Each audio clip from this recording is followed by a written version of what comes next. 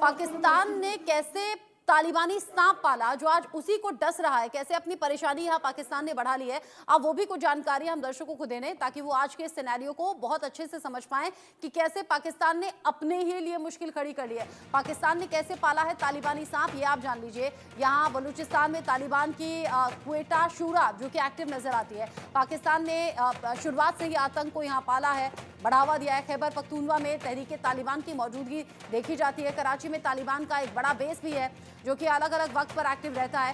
पूरे पाकिस्तान में तालिबान के अलग अलग अड्डे बने हुए हैं, यानी कि ऐसा नहीं कि इस सिचुएशन में तालिबानी लड़ाकों को बाहर से ही आना था, ऑलरेडी पहले से मौजूद थे। पाकिस्तान का कुल कर्ज है सर्किल जो आय है और उसे कहीं ज्यादा बढ़ा हुआ नजर आता है, यानी कि कर्ज के बोझ तले पाकिस्तान दबा हुआ नजर आता है। और कर्ज ना चुकाने पर यहाँ मोहम्मद बिन सलमान से विनती भी करते हुए नजर आते हैं, अलग अलग देशों से भीख मांगते हुए नजर आते हैं शहबाज शरीफ, और ऑप्शन कुछ दिखता नहीं। ऐसे में चीन के हाथों की कठपुतली भी बने हुए शहबाज शरीफ नजर आते हैं। पाकिस्तान और तालिबान में क्यों ठनी हुई है ये आप जानिए। अफगानों को पाकिस्तान से निकालने का ऐलान यहाँ पर किया गया और ऐसे में चमन बॉर्डर भी बंद कर दिया गया। ये कुछ ऐसी बातें रही जिससे कि तालिबान भड़क गया। पश्तून लड़ाकों का एक पूरा गुट है वहां पर, टीटीपी। अफगानों को पाकिस्तान से निकालने का ऐलान किया गया जिस बात से यहाँ तालिबान भड़क गया और ऐसे में चमन बॉर्डर भी बंद कर दिया गया। तालिबान लगातार इस बात का विरोध करता रहा है और अभी भी किया गया जब ये कहा गया कि वापस भेजा जाएगा। पश्तून लड़ाकों का एक पूरा गुट है टीटीपी, और टीटीपी के ही ठिकानों को निशाना बनाकर वहां पाकिस्तान अफगानिस्तान बॉर्डर का जो एरिया, वहीं अलग अलग ठिकानों को निशाना बनाकर पाकिस्तानी फौज ने एयर स्ट्राइक की। अब यहाँ जो अलग तरह की जानकारी निकलकर सामने आ रही है, अब यहाँ किस तरीके से युद्ध की स्थिति बनी हुई है, पाकिस्तानी फौज और तालिबान में कैसे यहाँ ठन गई है। यहाँ अलग तरीके की परेशानी पाकिस्तान के लिए, क्योंकि पाकिस्तानी फौज को निशाना बनाया गया है।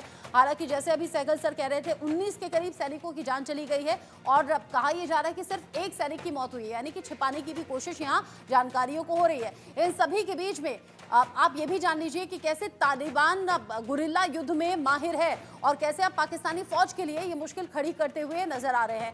तालिबानी जो लड़ाके हैं वो आगे बढ़े, पहाड़ों और गुफाओं में छिपकर हमला करने में पूरी तरह से ये सक्षम भी है और इन्हें महारत भी हासिल है। पाकिस्तानी सेना सरहदी इलाकों से अनजान है, वो बहुत ज्यादा इनका सामना कर नहीं पाएगी उस तरीके से जैसे कि तालिबानी लड़ाके कर सकते हैं। तालिबान के पास में AK-47 भी है, मोर्टार भी है, रॉकेट लॉन्चर का विशाल भंडार भी है और ऐसे में यहाँ पाकिस्तानी फौज के लिए मुश्किल खड़ी हो सकती है। हालांकि अगर शक्तियों को दोनों को कंपेयर किया जाए तो कहीं मामलों में, ज्यादा मामलों में तालिबान पिछड़ता हुआ भी दिखता है, लेकिन ये जो टकराव है ये पाकिस्तान के लिहाज से बिल्कुल ठीक नहीं है और यहाँ गुरिल्ला युद्ध में माहिर तालिबान के लड़ाके अगर आगे बढ़ रहे हैं तो ये पाकिस्तानी फौज के लिए बिल्कुल ठीक बात है नहीं। इस बीच एक और बड़ा अपडेट जान लेते हैं। पाकिस्तान अफगानिस्तान बॉर्डर पर तनाव और ज्यादा बढ़ गया है। इन हमलों के बीच में तालिबान और पाकिस्तानी सेना में हुई है हिंसक झड़प, इसे खूनी झड़प भी आप कह सकते हैं। हिंसक झड़प जिसमें 8 तालिबानियों की मौत की जानकारी मिल रही है, यानी कि यहाँ तालिबान के 8 लड़ाके मारे गए हैं। उधर पाकिस्तानी फौज पर तालिबान के लड़ाकों ने हमला किया ही था। पाकिस्तानी सेना के हमले में अब तक 13 तालिबानी लड़ाके जख्मी भी हो गए हैं, यानी कि संख्या दोनों तरफ से सामने आ रही है। लेकिन रह रहकर पाकिस्तानी फौज की तरफ से ये आंकड़े छिपाए भी जा रहे हैं। अब आंकड़े भले ही छिपा ले, लेकिन ये जो युद्ध जैसी स्थिति है सहगल सर, इस युद्ध जैसी स्थिति में कैसे पाकिस्तानी फौज इससे निपटेगी जबकि महारत हासिल है गुरिल्ला युद्ध में इन तालिबान लड़ाकों को। लड़ाकों के पास पहले सबसे बेहतरीन हथियार है। दूसरा, अगर आप देखो तो पिछले 20-25 सालों में 2 सुपर पावर, पहले सोवियत यूनियन को हराया, फिर अमेरिका को और नेटो को हराया। वो हर प्रकार से माहिर है, बहुत ही बड़े पैमाने पर वो छिपकर वार करते हैं। बैटल हार्डन है, बैटल टेस्टेड है, उनका मोरल और मोटिवेशन और cause for which they fighting बहुत ही जबरदस्त है। उनको हर प्रकार से अफगानिस्तान में पूरे के पूरे जो लोग हैं अवाम है उनका समर्थन है, पाकिस्तान को उस माफी का समर्थन नहीं। और जो पख्तूनख्वा का एरिया है, वजीरिस्तान का इलाका है, वहाँ पाकिस्तान की सरकार की हिट आज बिल्कुल नहीं हो रही।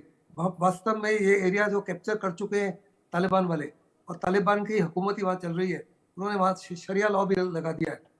और चीन के लिए बहुत मुसीबत की घड़ी खड़ी हो चुकी है, क्योंकि सीपैक जो है इसी इलाके में से होके जाता है और साफ तौर पे सीपैक जो है एक किस्म से सम कॉस्ट नजर आ रहा है चीन को।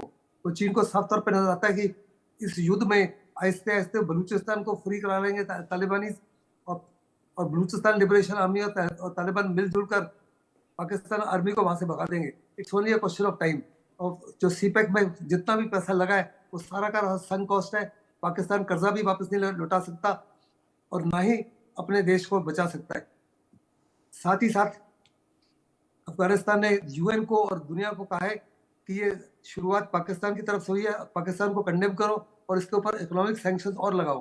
पाकिस्तान पहले ही कंप्लीटली कंगाल हो चुका है। अभी इसके उनके कहने के बाद में हो सकता है कि अमेरिका जैसे ही ट्रंप आते हैं पाकिस्तान के ऊपर और सैंक्शन लग जाएंगी। अगर देखो अभी बाइडेन सरकार ने भी जाने से पहले पाकिस्तान के ऊपर 4 एंटिटीज के ऊपर सैंक्शन लगा दिए हैं क्योंकि वो लॉन्ग रेंज मिसाइल बनाना चाह रहे थे जो अमेरिका को हिट कर सके।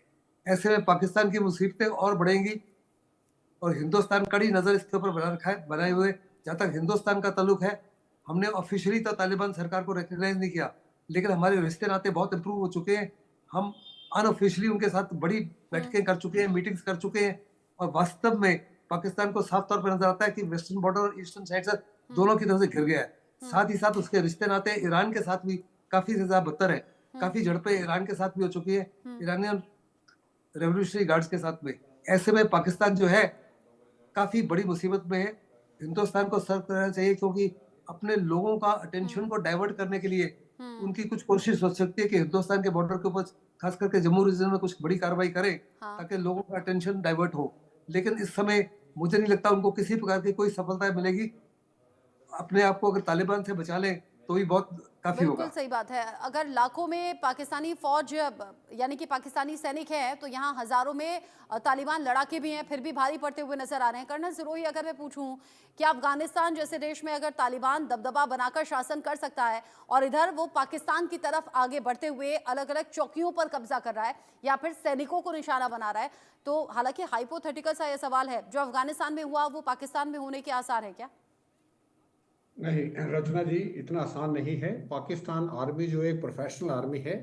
ये बात अलग है कि अगर पाकिस्तान अफगानिस्तान में जाके लड़ेगा तो उसको कामयाबी नहीं मिलेगी कि जैसा आपने खुद ही बताया है कि वो जो तालिबान है वो गुरिल्ला वॉरफेयर में बहुत एक्सपर्ट है। वो पिछले 20-25 साल से 30 साल से वो पहले उन्होंने रशियंस के साथ लड़ाई लड़ी, फिर अमेरिकन और नाटो के साथ लड़ाई लड़ी। वो आपस में भी उनके वॉर लॉर्ड्स हैं, वो लड़ते रहते।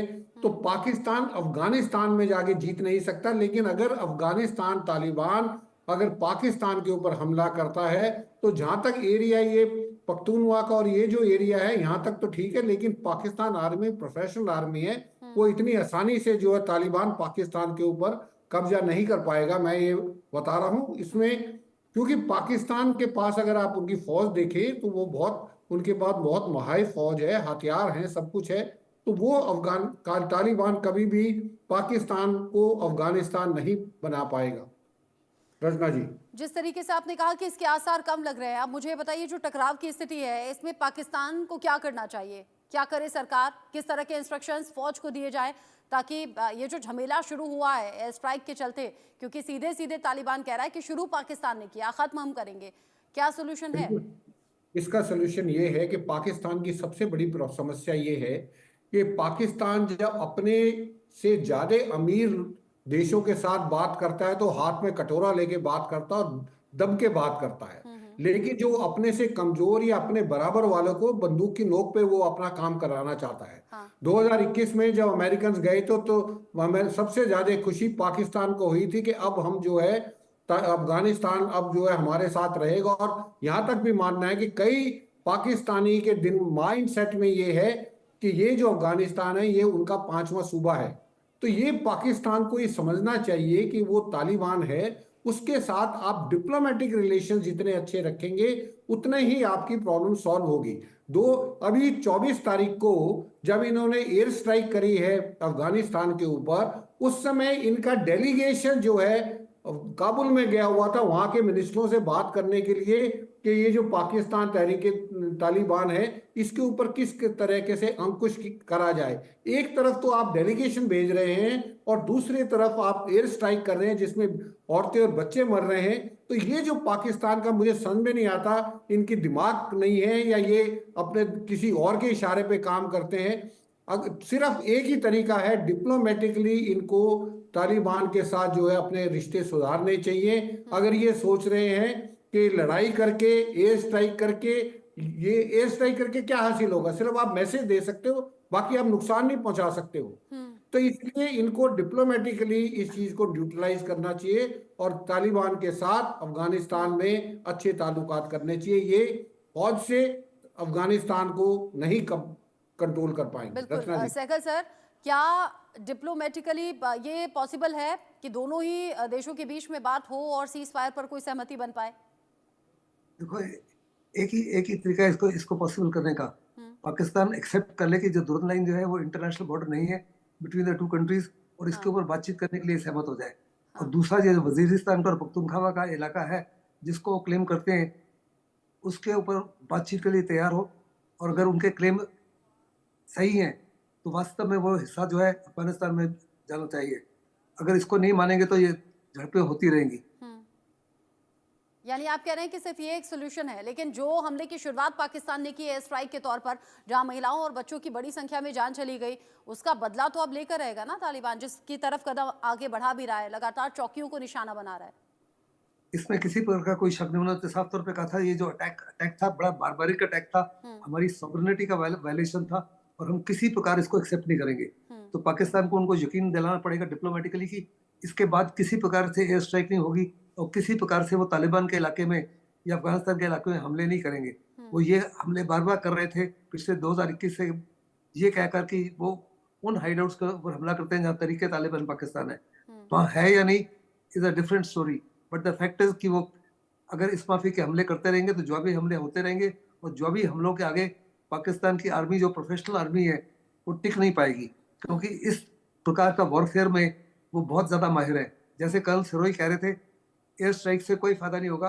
रशिया के पास में, सोवियत यूनियन के पास में और नेटो के पास में, अमेरिका के पास में बहुत सुपीरियर एयरफोर्स थी, उन्होंने हजारों एयर स्ट्राइक्स की, उसके बावजूद उनकी हार हुई। जिस माफिक अमेरिका और नेटो वहां से भाग के निकला, कई billion dollars worth of arms and ammunition और हवाई जहाज, हेलीकॉप्टर्स और मिसाइल्स वहां छोड़ गया, जिसका फायदा आज वो उठा रहे हैं वो सारी दुनिया ने देखा है। तो यानी दूसरे लफ्जों में तालिबान जो है बहुत स्ट्रॉन्ग है एज ऑफ टुडे, और पाकिस्तान की प्रोफेशनल आर्मी जो है उसको साफ तौर पे एक्सेप्ट करना चाहिए कि देखो, दुरंत लाइन को एक्सेप्ट करें कि दुरंत लाइन जो है इंटरनेशनल बॉर्डर नहीं है। उसको अंग्रेजों ने बनाया था अपने हित के लिए, ना कि अफगानिस्तान और ना कि पाकिस्तान। और पाकिस्तान को ये भी याद रखना चाहिए कि अफगानिस्तान का अगर इतिहास देखो तो कोई भी नेशन अफगानिस्तान को कभी भी नहीं हरा सका। सिर्फ 323 बीसी में Alexander was the only person जो कामयाब हुआ, और एक सिख जनरल था जो टू एन एक्सटेंट कामयाब हुआ। उसके अलावा हिस्ट्री में हजारों साल से कोई भी फॉरेन ताकत जो है अफगानिस्तान को हरा नहीं पाई, और वहां अपने आप को कायम नहीं कर सकी। ऐसे में पाकिस्तान को हिस्ट्री को ध्यान में रखना है, असलियत को ध्यान में रखना है, तालिबान की स्ट्रेंथ को, ताकत को ध्यान में रखना है, उनके मोराल को, उनके मोटिवेशन को। यानी कि पाकिस्तान वक्त रहते अपनी गलती को स्वीकार कर ले, और स्वीकार करने के साथ साथ इस युद्ध में इस बात पर हामी भरे कि हाँ आगे से ऐसा कुछ नहीं होगा, सीज फायर पर सहमति बने, तब जाकर कोई सोल्यूशन है, अदरवाइज दूर दूर तक सोल्यूशन नहीं, टकराव होगा।